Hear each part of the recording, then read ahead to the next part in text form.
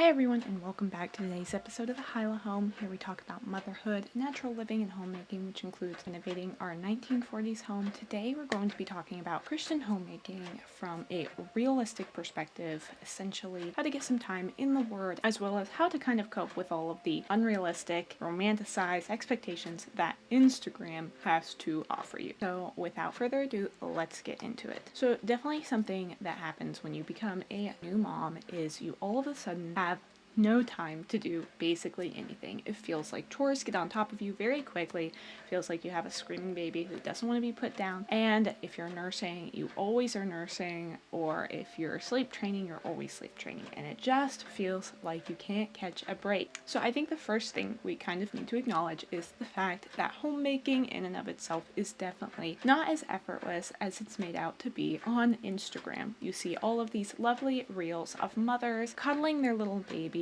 going about their day romantically in beautiful floral dresses, cooking, baking, sewing, and all of the things, seeming like the weight of the world is outside of their home and that they are just living life to the fullest. And I'm here to say that that is obviously not the case, that those women, as well as every other mom, definitely deal with stress around their house, and that although that picture is a beautiful representation of some of the aspects of motherhood, there's obviously the very real fact that motherhood is difficult and is not always as romantic and effortless as is seen in those reels. So I think sometimes a problem we get into is we're constantly consuming content that is showing motherhood in an effortless sort of way. And the danger with that is we can start to compare ourselves with those women and think that something that we're doing is wrong, when in reality, motherhood in and of itself is just hard. But on the flip side, you also have this same sort of style of accounts that constantly build up the negative aspects of motherhood, and I want to warn against those also. You have a lot of realistic mother accounts that talk about the sleep regressions and the poopy diapers and the always being drained and the emotional and mental trials that you face as a mother. And a lot of the focus of those accounts are self-care, mental health, taking some time for yourself and treating. And I just want to warn you that sometimes the danger in those accounts is over amplifying the negative effects that are happening in your life. So say you are dealing with a sleep regression, or maybe you're not able to do your facial routine like you did every night before having children. Maybe you're struggling in an area of your marriage or with your child in disobedience. Whatever it is, I sometimes find that those accounts, as opposed to encouraging you through those difficult times, actually make it harder because they amplify the things that you're already feeling. So while it's nice to relate to women and know that, yes, this is a normal thing that we go through, it sometimes can over amplify the negative aspects of even some of the good things you face in motherhood. And I think sometimes it can just constantly drain us and make us see all the negative aspects of motherhood. So first thing when it comes to Christian homemaking is, if you want to change your perspective about your home, put away the social media. Don't follow the super romanticized accounts or the ones that make this seem like such an effortless, beautiful thing. Yes, in some ways it is, but in a lot of ways it's not. And consuming that content can make you very materialistic and longing and feel like your life isn't good enough. And that is a danger that we can fall into when consuming that sort of media. On the flip side, I also find that always consuming media that points out all the negative aspects of motherhood can also be bad, because it can highlight the negative aspects that you are dealing with, and as opposed to finding someone that you can relate to, it just enforces the discouragement that you're already facing. So put away the social media, just on both accounts, and if you're struggling through something, what I recommend is talking to a friend and somebody that you can trust who has maybe already gone through it, so a couple of steps before you, and talk to them about the difficult stage that you're in. So if you're going through sleep regressions, talk to a woman whose child is maybe a little bit older and has already faced that. And then hopefully you can get some encouragement from her while also being able to relate through the problems that you're facing, and then you can move forward from that. Whereas if you have just social media, that's just reinforcing your own discouragement and it's not actually giving you a solution. A lot of the places you can search for people like this would be your church, maybe some of your family members like your your aunts or your mom, your mother-in-law, friends who are going through a similar phase of life, maybe a local mom's group. There are lots of women in communities that you can find. Now, if you're desperate to find a community, this is maybe where I would branch outside of that and look for maybe a Facebook group or something online, but definitely not just social media accounts, because if you're just following accounts and there's not that dialogue, it's hard to get the encouragement that you really need when you're trying to support yourself in homemaking. The other tip I have for Christian homemakers is taking some time to pray and be in the Word, and most specifically praying, because I find that days when I don't pray but I'm still in the Word, it's not as beneficial to me, whereas if I spent the time instead praying versus reading my Bible, it's more beneficial. And what I do when it comes to prayer is I try very hard to list all of the things I'm thankful for first, and I try to go in an order of my greatest thankfulness to the things I'm least thankful for, and obviously that is a never-ending list, but it just kind of helps put things in perspective. So a lot of the times I will start my morning off praying. I thank the Lord for my children. I thank the Lord for the specific attributes of my children that I am blessed with. I thank the Lord for my husband and the attributes of him that I'm very blessed with. And then from there I go and I try to list all the little blessings that I've had recently. Like, for example, we just got shiplap up in part of our ceiling, so I thank the Lord that we just had that done. So that really helps kind of put a perspective on things. Even if you're not somebody who prays, I believe that just listing the things you're thankful for in general helps you have a perspective on your life that is positive and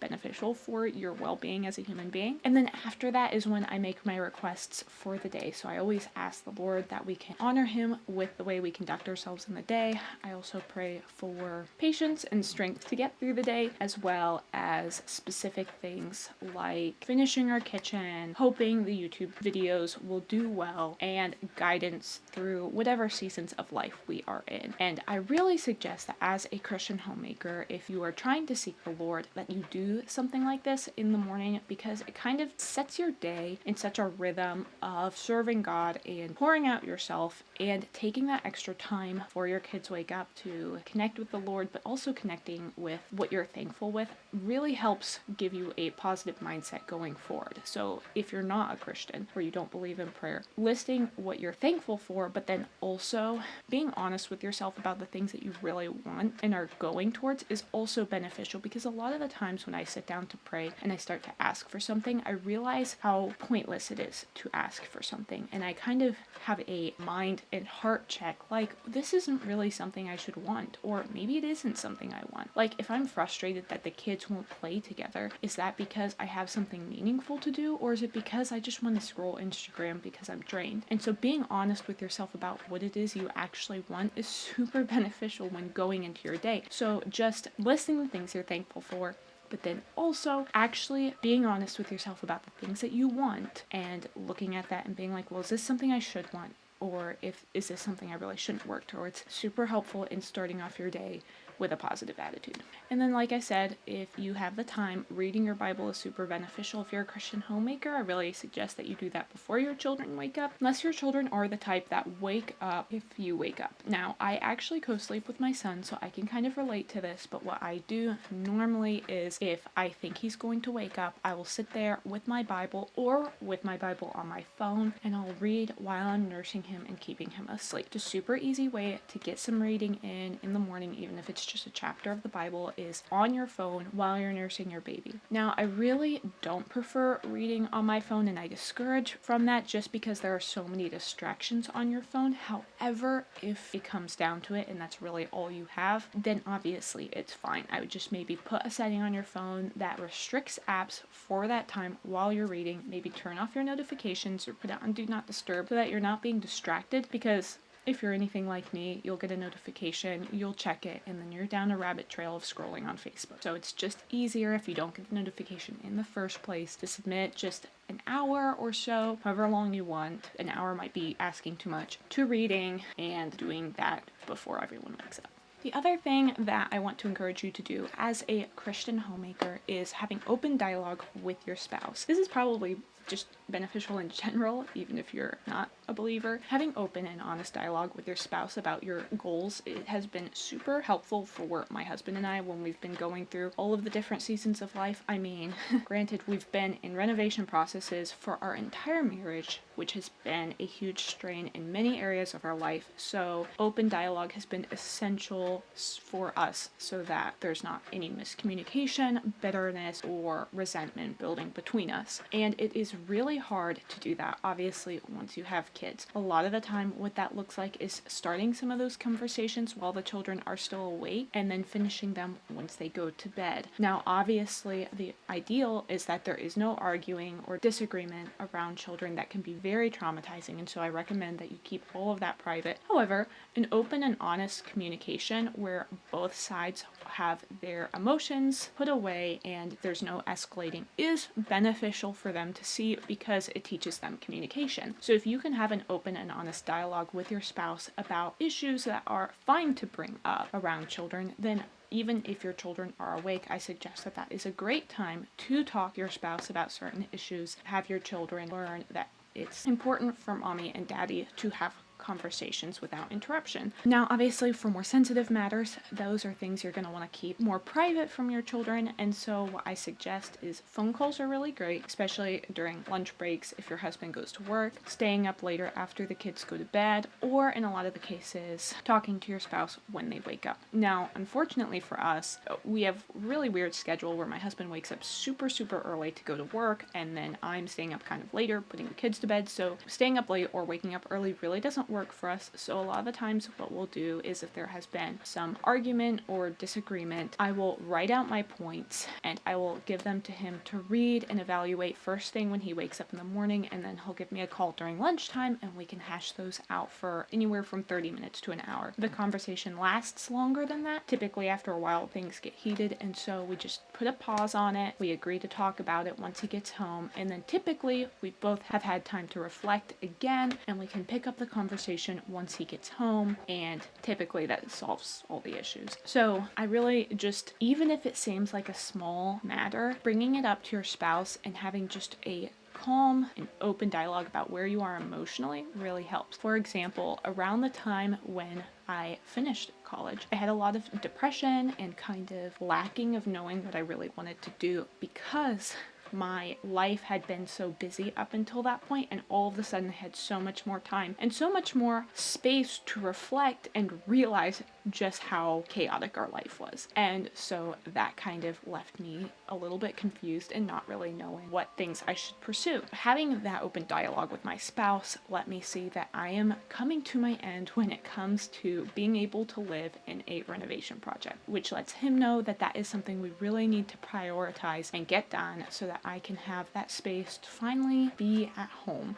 But if I hadn't taken the time to hash that all out and talk to him about, then over time I could have definitely seen resentment building up in my heart because projects are taking so incredibly long and us just slowly having little things come between us. Another example was when I had my daughter, there was a lot of postpartum depression and anxiety and confusion. I felt like my husband and I weren't even the same people, and we hashed that out and found out that I was suffering a lot from that, and he was able to take a lot of the burden off of me with my daughter. He was able to get his mom involved and just give me so much more of a break during that time so that I was not so overwhelmed and pressured by the whole identity shift of being a mom. So, like I said, if you're going towards this homemaking thing and you're a believer, I definitely recommend coming together with your husband and talking to him. I recommend that if you're not a believer anyway. And I just feel like it's very beneficial and productive when it comes to your day-to-day routine.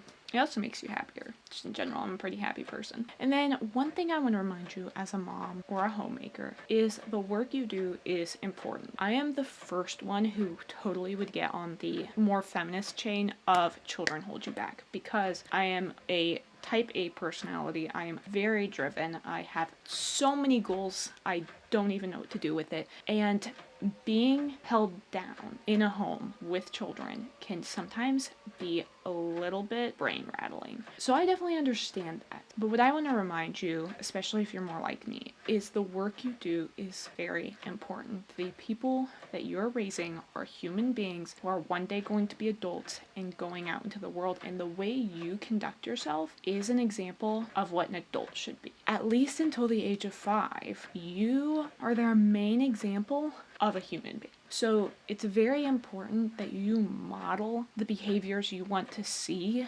resulting in your children. So if you want a kind and a gentle spirit, that needs to be something that you're emanating from yourself. If you want somebody who's driven and motivated and works hard, that's something you need to be yourself. If you want a diligent worker, or you want someone who's going to communicate well with their family, these are all things that you need to do as a homemaker, because your children are going to learn from you. And yes, not all children are going to pick up every single trait that you pick up. Obviously, there's personality differences, there's spiritual differences, there's all of that, but it definitely helps if you model that behavior. Not only teach your children of what you want them to sort of aim towards, but also what you want them to be looking for in, say, like a spouse or a serious relationship. So just modeling the behavior that you want to see growing in your children. A lot of the times this is something maybe you can talk to your spouse about and say, hey, where are some areas that I struggle? For me personally, I can see it being my pride, where I can definitely think I've got it all together, and I can be a little bit judgmental of the people around me. Well, if I don't want that to be the case with my children, maybe I need to be careful about the things I say, as well as the way I conduct myself with the people around me, so that they can have a humble spirit and realize, everyone kind of struggles with different things. It's just as a matter of the way people deal with them. So obviously there's an example of something I can work on to help them be more of what I would want myself to be. And this is a bit of encouragement, not just necessarily to believers, but also just to poor moms in general, which is phases of life end. So like, for example, my daughter was a super attached baby. She loved being on me. She nursed all the time. And now she's a very independent sleeper. She goes down for her naps in her crib. She sleeps the whole night in her crib, and she's going potty on her own. And she's very independent and very much a self-learner and has a willingness to grow and be big. That obviously was not the case when she was a little baby. And it took a long time, or it took what felt like a long time to get to that point, but now she's a very easy toddler. All phases are temporary. So for example, right now, my son has major sleep regressions. His naps are like 30 minutes long. He's very attached to me. He nurses to sleep. He still co-sleeps. And that can feel discouraging to me, because I sometimes feel like I don't have autonomy because he's always with me.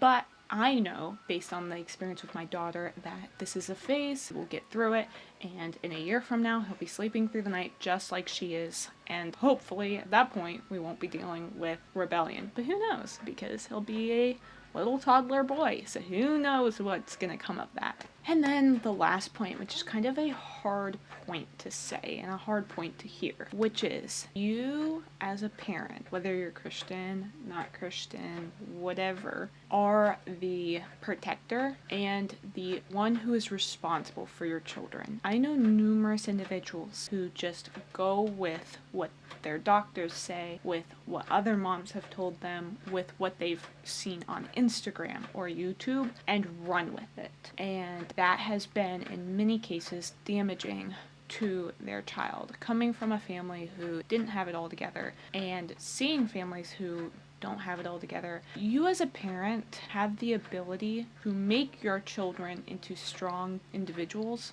or make them into weak, dependent individuals. I'm not saying independence is the key for everything, and I'm not also saying that dependence is bad, because it's not. But there are a lot of individuals who just default to things because it's convenient and because it's what other people do. And I just want to encourage you as a parent, and I know you can't do this with every single choice that you make, but really look into what you're going to do for your kid. If you're going to sleep train, I want you to know why. I want you to know the side effects of what crying out would look like, and as well as the negative effects of co-sleeping. If you're going to get the jab or not get the jab, why? You need to know that. If you're gonna do baby-led weaning or only feed your baby purees, know why. It's your responsibility as a parent. God put you in charge of these individuals. That's your responsibility. Don't just go with whatever's easiest, whatever you first hear, or whatever other people are doing just because that's what other people are doing.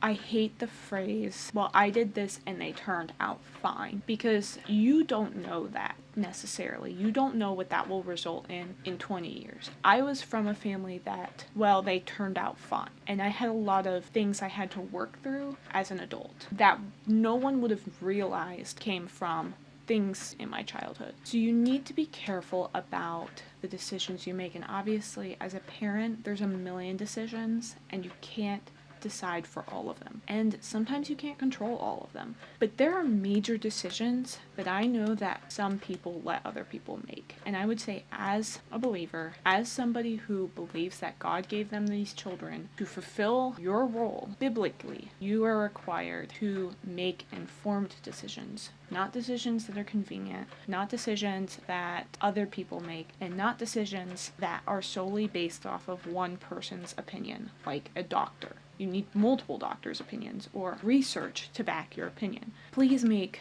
fully informed decisions, especially when it comes to impacting your child's life. Don't just default to what's normal or default to what's not normal. Make informed decisions, bathe and lather them in prayer, make sure it's not contrary to what you're reading in the Word, and then go forward from there. Homemaking is not always going to look easy. It's not always going to be easy. It's not always going to be romantic. You're not always going to like it. Sometimes you're going to have really hard days. Some days you're going to wonder why you even had a baby. But on the flip side of that, homemaking isn't always hard. Children aren't always difficult. Children are sometimes the greatest blessing you will ever experience.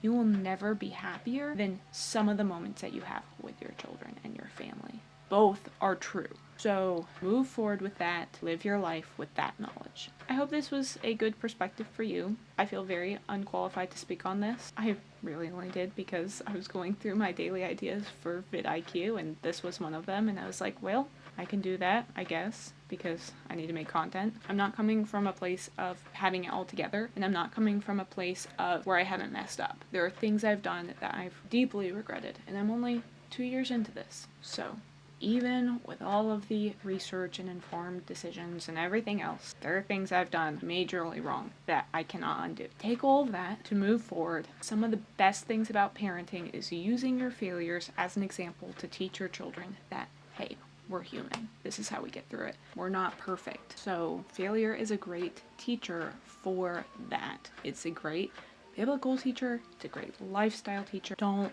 beat yourself up over small failures or big failures in some cases. I hope that was fun for all of you. Like I said, I feel super unqualified. Thank you so much for watching to the end of this video, those of you who did. Y'all have a great day. God bless. Bye.